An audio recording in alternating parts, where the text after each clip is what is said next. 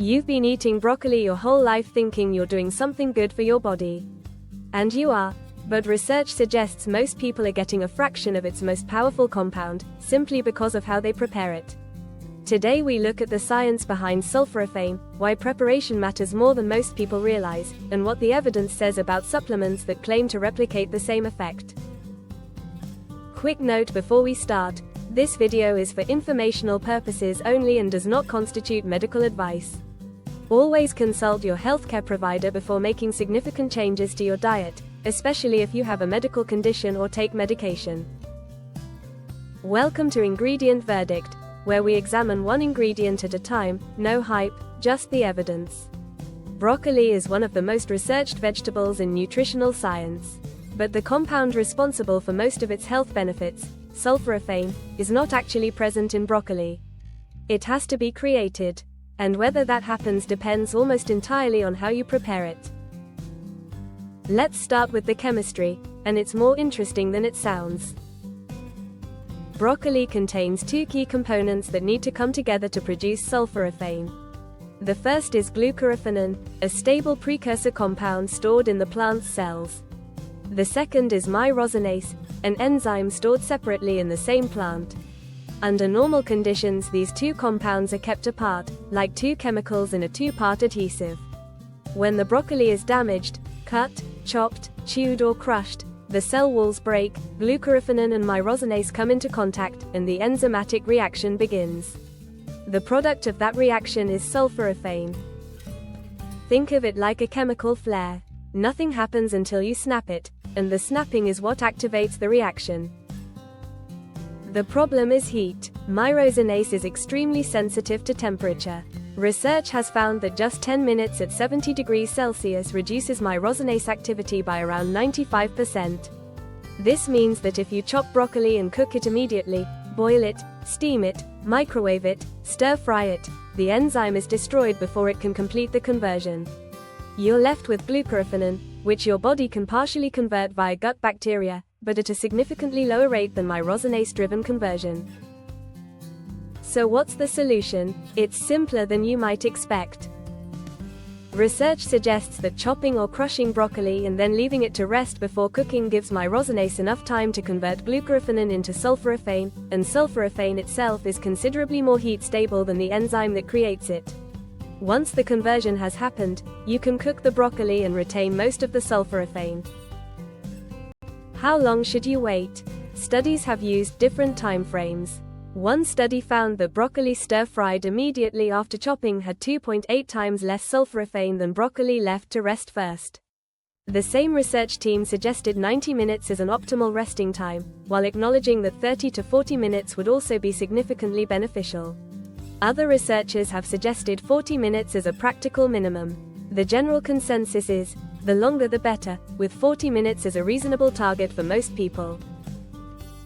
The size of the pieces also matters. Smaller pieces mean more cell wall damage, more contact between glucoraphanin and myrosinase, and more sulforaphane production. Finely chopping or even briefly processing raw broccoli before the resting period maximizes the reaction.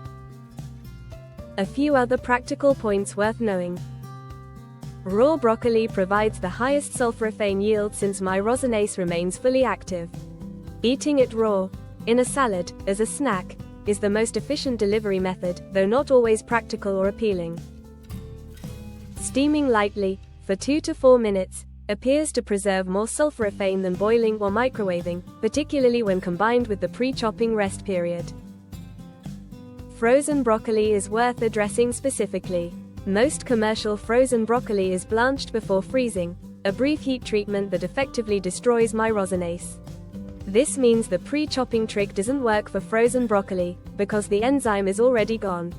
Research consistently shows significantly lower sulforaphane yields from blanched frozen broccoli compared to fresh. There is, however, a workaround for both frozen broccoli and for people who simply don't want to wait 40 minutes before cooking. Adding a small amount of raw mustard seeds or mustard powder to cooked broccoli provides an external source of myrosinase. Research has found this approach can increase sulforaphane bioavailability from cooked broccoli up to 4-fold in human studies. It's a genuinely practical hack, a pinch of mustard powder added after cooking, or stirred into a broccoli soup before serving.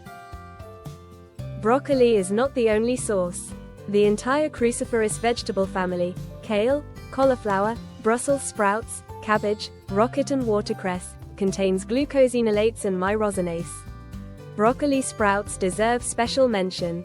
Research has found that broccoli sprouts contain 10 to 100 times more glucoraphanin per gram than mature broccoli, making them the most concentrated dietary source of sulforaphane available.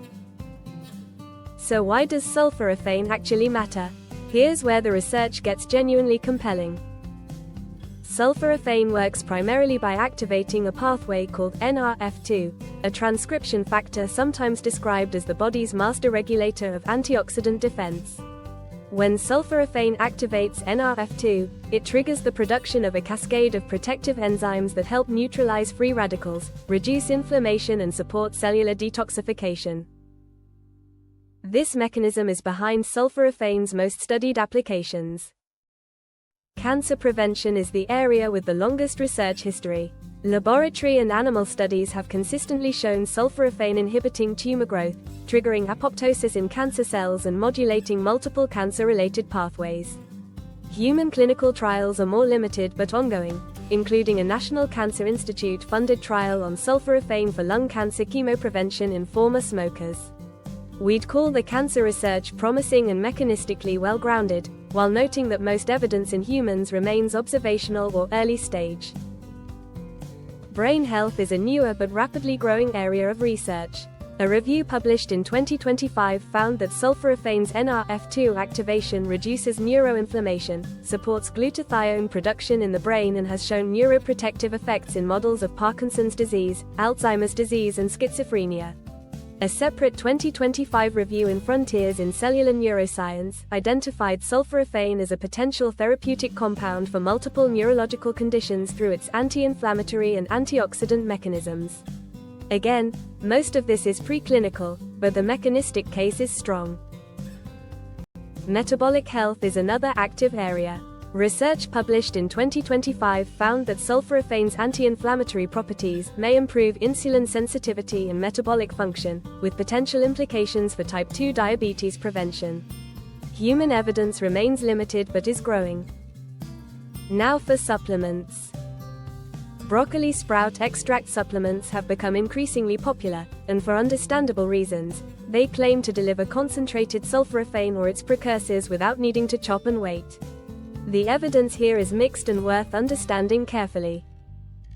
The key distinction is between supplements containing sulforaphane directly and those containing glucoraphanin, the precursor. Supplements containing glucoraphanin depend on your gut bacteria to complete the conversion, which varies significantly between individuals. Those containing active sulforaphane bypass this step but face their own stability challenges. Sulforaphane is chemically reactive and can degrade during manufacturing and storage. A further complication, a clinical trial is examining whether Lactoplantibacillus plantarum probiotic supplementation can enhance sulforaphane bioavailability from broccoli by providing gut-based myrosinase activity. This is an emerging area that suggests gut microbiome composition may be a significant variable in how much sulforaphane individuals actually absorb, from both food and supplements. What does this mean practically?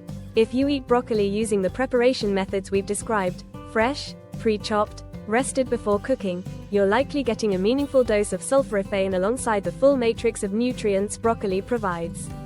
Whether a supplement provides equivalent bioavailability depends heavily on the product, your individual gut microbiome and the form of sulforaphane used. We'd call supplements an interesting option for those who rarely eat cruciferous vegetables, but not a straightforward replacement for the real thing. So here's our verdict. For maximum sulforaphane from broccoli, chop it small, leave it for at least 40 minutes, then cook using gentle methods like light steaming. This single habit change meaningfully increases the sulforaphane you get from a food most people already eat. For frozen broccoli or when time is short, a pinch of mustard powder added to cooked broccoli provides external myrosinase and significantly boosts sulforaphane availability. For the most concentrated food source, broccoli sprouts, eaten raw or lightly processed, are in a different league from mature broccoli.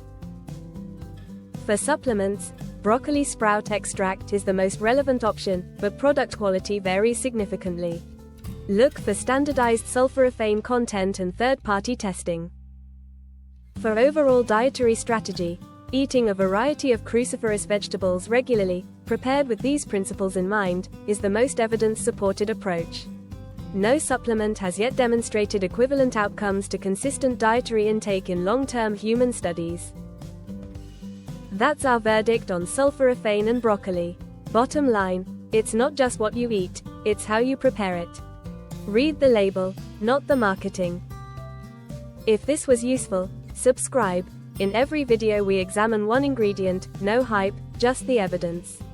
What ingredient would you like us to examine next? Drop it in the comments below. Next up, we look at two sweeteners that are genuinely worth knowing about, allulose and monk fruit. See you then.